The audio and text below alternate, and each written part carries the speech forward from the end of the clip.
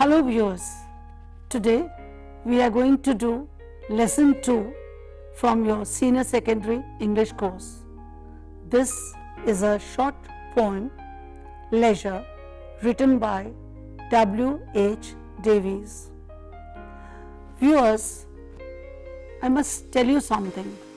Whenever we are doing a poem, it's very essential to know a little bit about the poet's background and his life, because that throws a lot of light on the way he thinks, and his thoughts are later put into words.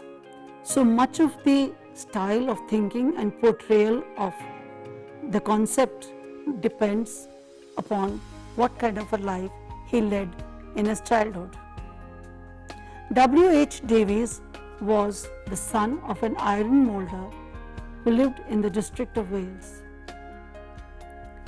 He was born on 3rd July 1871 and died on 26 September 1940. At the age of 3, he lost his father. After a year, his mother remarried, leaving her 3 children to the care of their parental grandparents, who took care of the church nearby. In 1879, the family moved to Ragian Street, and later William started attending the Temple School. In 1883, he moved to Alexandra Road School. A year after joining the school, Williams was arrested as a gang of 5 for stealing handbags. As a punishment, he was given 12 strokes of the birch cane. He was an avid reader. It is said that he could not be by his grandfather's bedside during his final moments just because he was too busy reading an adventure novel. At the age of 14, his grandmother too died, after which he returned to Britain. Here, he lived a rough life, often sleeping in shelters and other doss houses along with other tramps. Doss is like a shelter where homeless beggars and tramps generally live. Davies hated being there, but he had no choice. It is also said that he had a fear that his fellow tramps were equally contemptuous of him. So to avoid their wrath, he would pretend to be sleeping in a corner. All this time he was pretending to sleep, he kept his eyes closed, but mentally he was composing poems which he put down in pen and paper much later.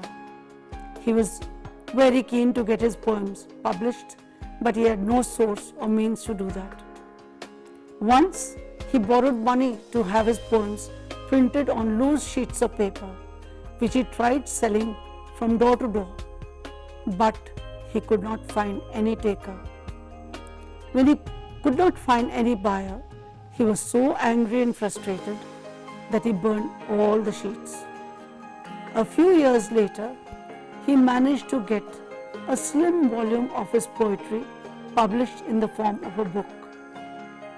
Since he had nobody to promote his book, he did his own marketing by sending these books to rich customers whose names he picked up from the famous Who's Who, and he sold them at a very cheap price. These customers did not mind paying him. It so chanced that one of his customers turned out to be a famous poet called Adcock, who found some kind of freshness in his poems. He asked him to meet him. Today, Adcock is known as the man who discovered Davies. This changed his life forever. Davies became one of the most famous Welsh poets of his time. In most of his writings and poems, one can see a reflection of life's hardships and human conditions reflected in nature, as can be judged by some of the titles of his other poems like Money, Joy and Pleasure, Rich or Poor, a plain life. Pitted against this backdrop, one can understand how some of the themes evolved in his mind. The poem Leisure is like a landmark poem.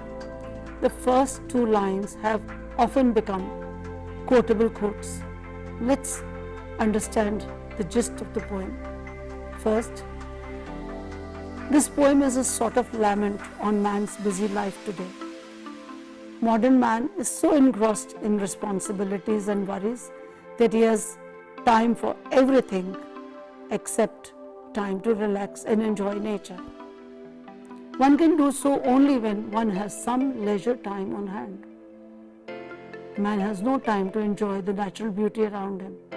It is sad to realize that he fails to see the nature's tiny gifts, such as the beauty of a budding flower or a tiny squirrel hiding its nuts.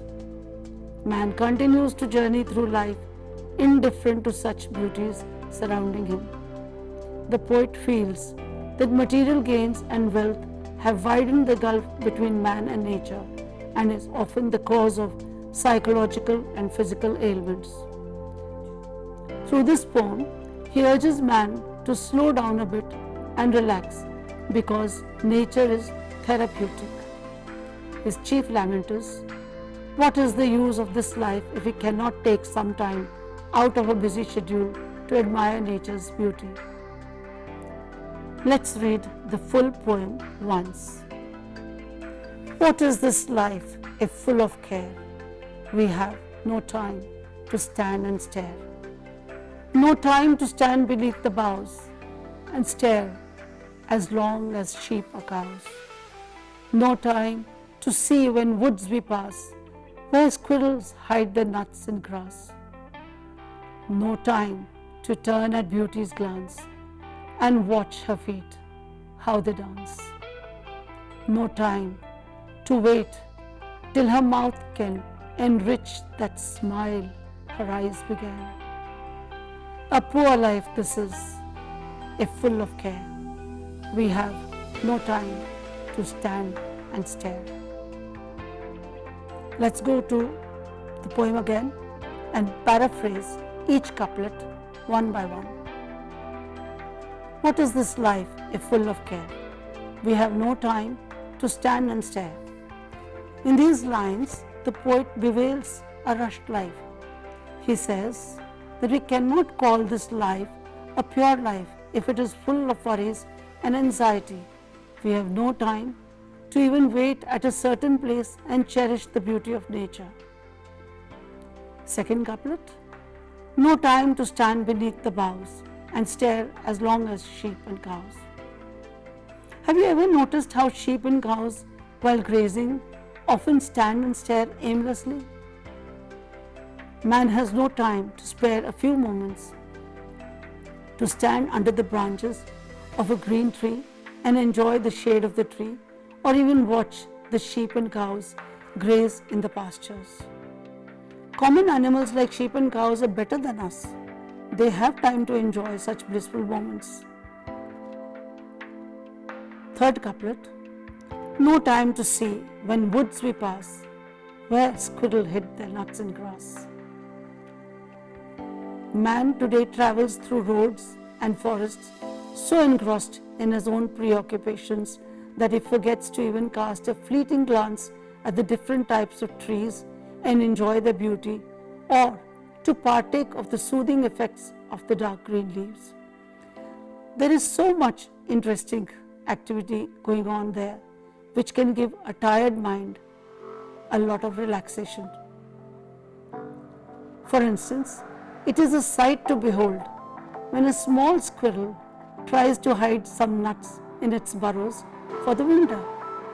This may be an insignificant activity, but it acts like a mental tonic if one can see the beauty in such a tiny act.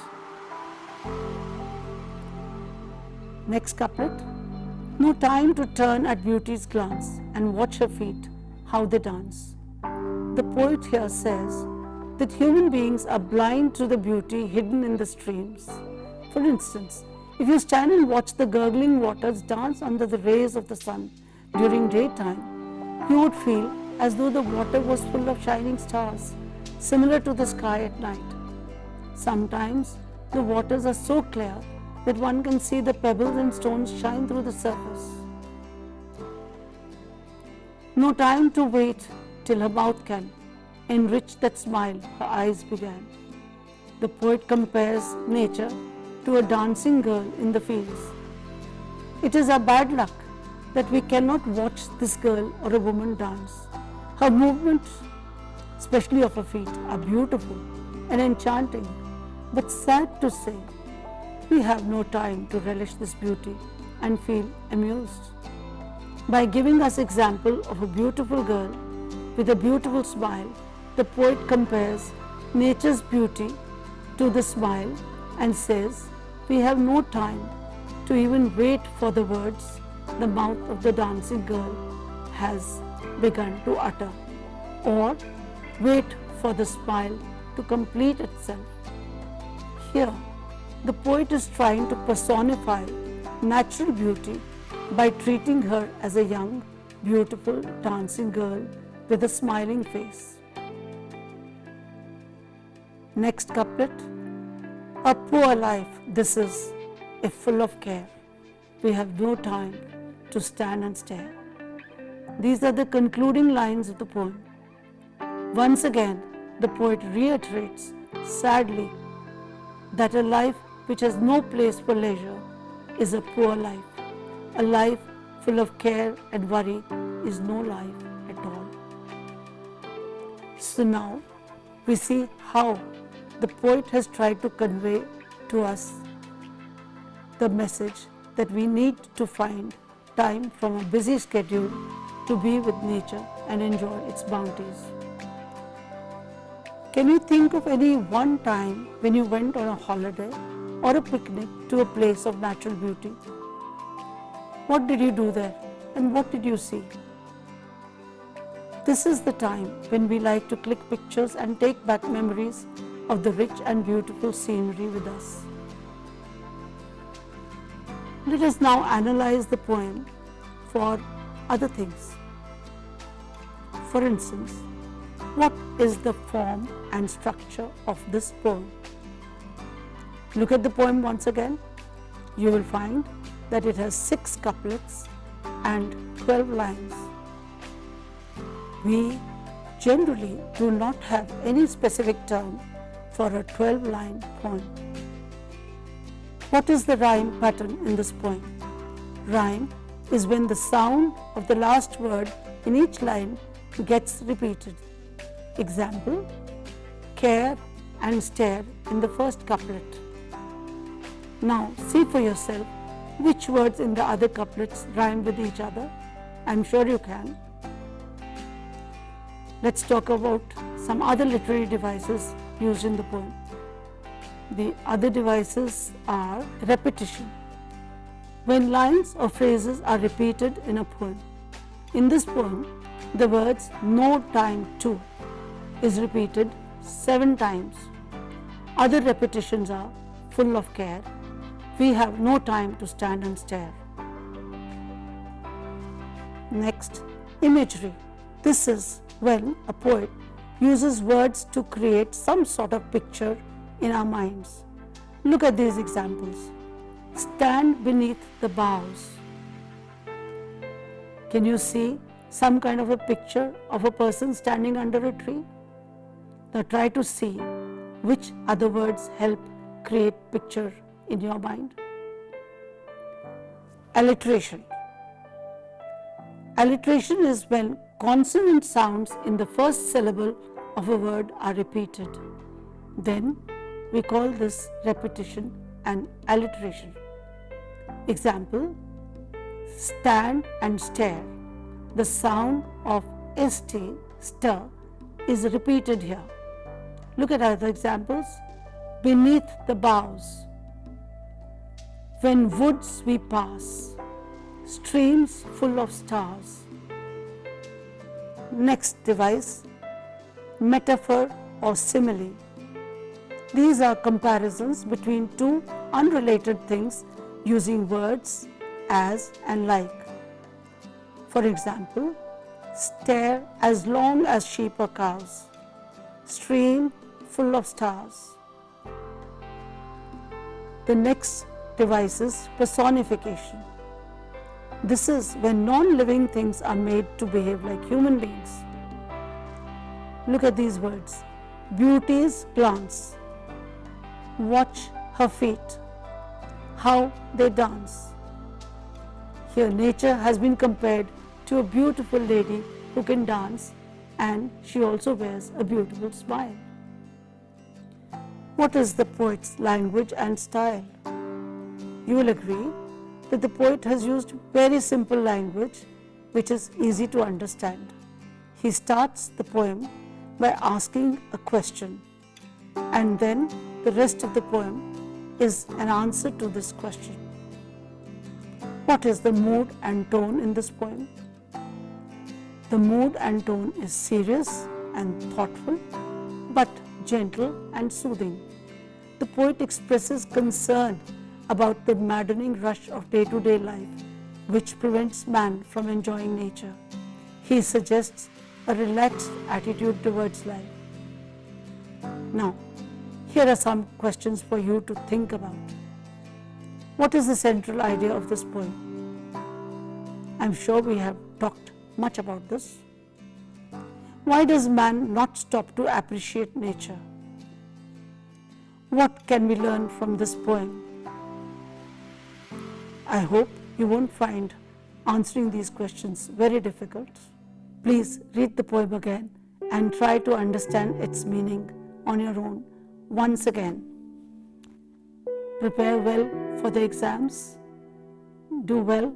Best of luck. Thank you.